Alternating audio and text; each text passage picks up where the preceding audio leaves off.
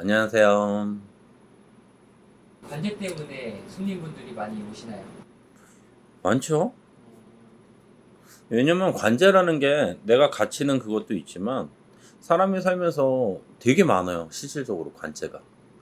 그리고 요즘은 정상적으로 일하시는 분이 많고 그게 더 기본이겠지만 어 사회 지금 금전적인 부분을 더 중요시하기 때문에 요즘은 불법으로 가시는 분들도 되게 많이 늘었어.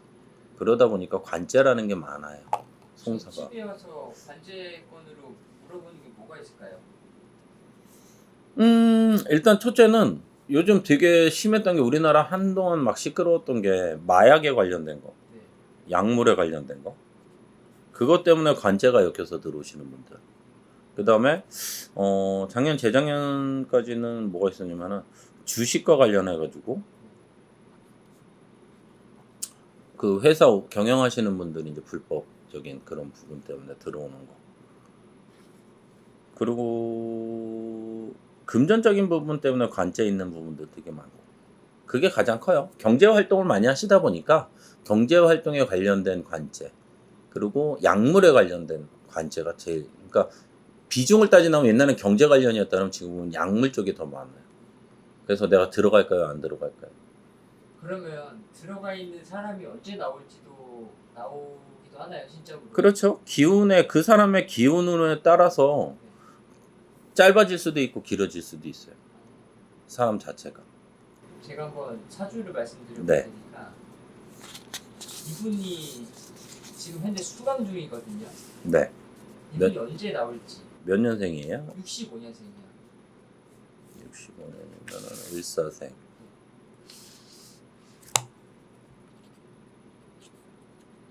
성씨는? 좋습니다.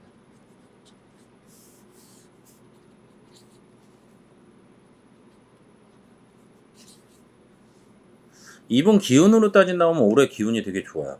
아, 그래요? 네. 그렇기 때문에 올해 61 환갑이거든. 네. 환갑인데 기운으로 따진다고 하면은 올해는 기운이 올라가는 기운은 있어. 네. 근데 문제는 뭐냐면은 이분은 올해를 음력 9, 10월 이때 못 튀어나오면은 내년으로 가야 돼요. 내년에 나와야 돼. 아, 그래요? 왜? 이분 같은 경우에는 올해 한갑이고 올해 을사생이고 뱀띠고 올해 을사년의 기운이 같이 합은 들어요. 네.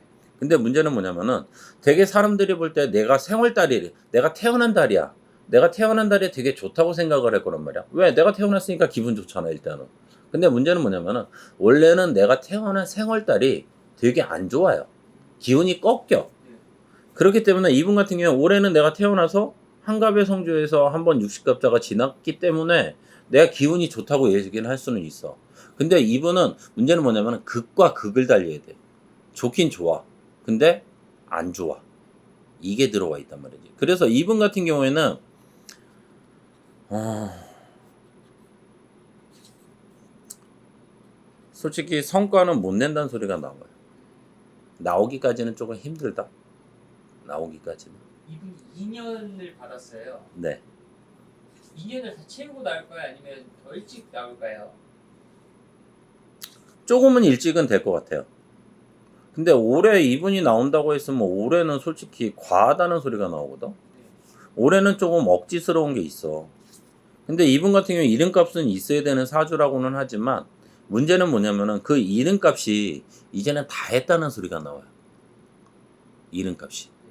그래서 이분 같은 경우에는 어찌 보면은 뒷방 늙은이 그 정도밖에 안 될 것 같아.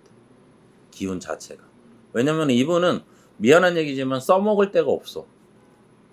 그리고 이분 같은 경우에는 관제가 지금 들어가는 있다고는 하지만 이분 사주 자체에서는 관제가 여러 겹으로 둘러싸여 있거든요. 하나가 아니라 여러 개로 이렇게 휩싸여서 들어갔을 거란 말이지.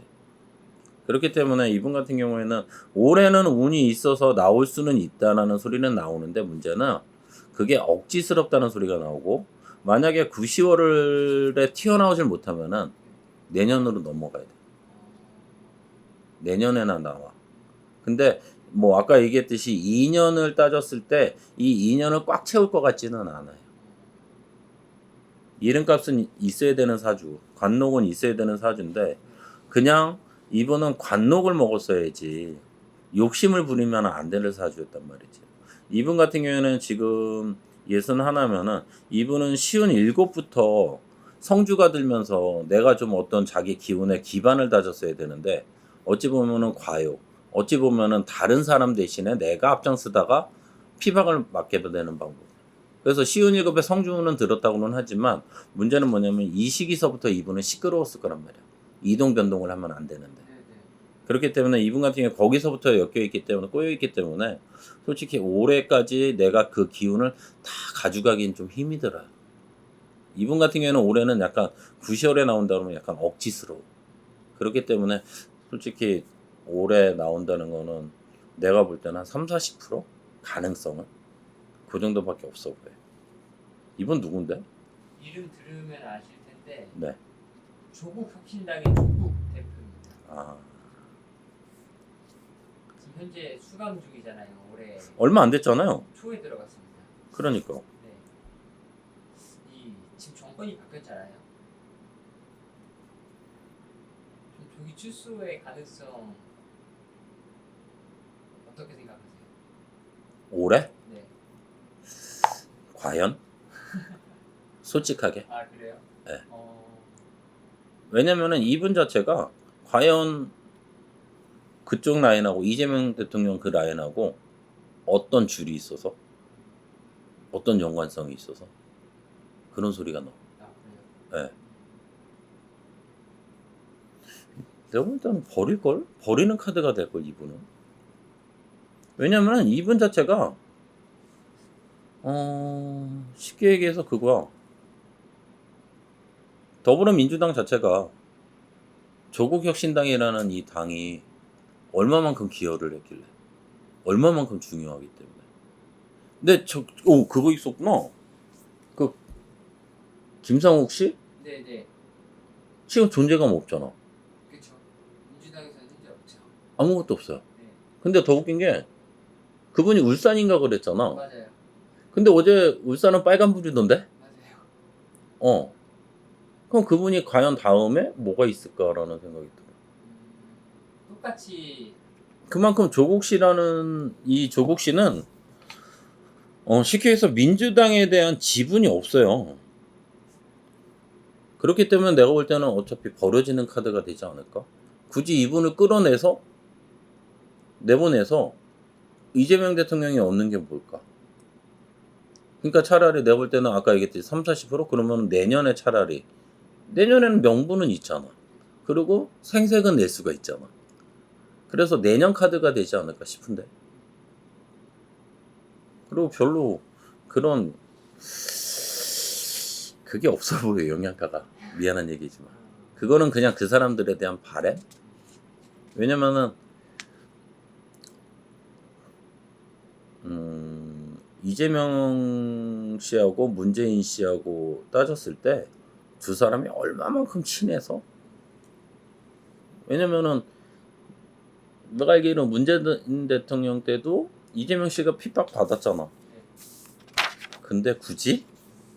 그냥 그런 생각이 드는데. 근데 그냥 버려진 카드로 보여요 조국 씨는 일단은. 여기까지. 네.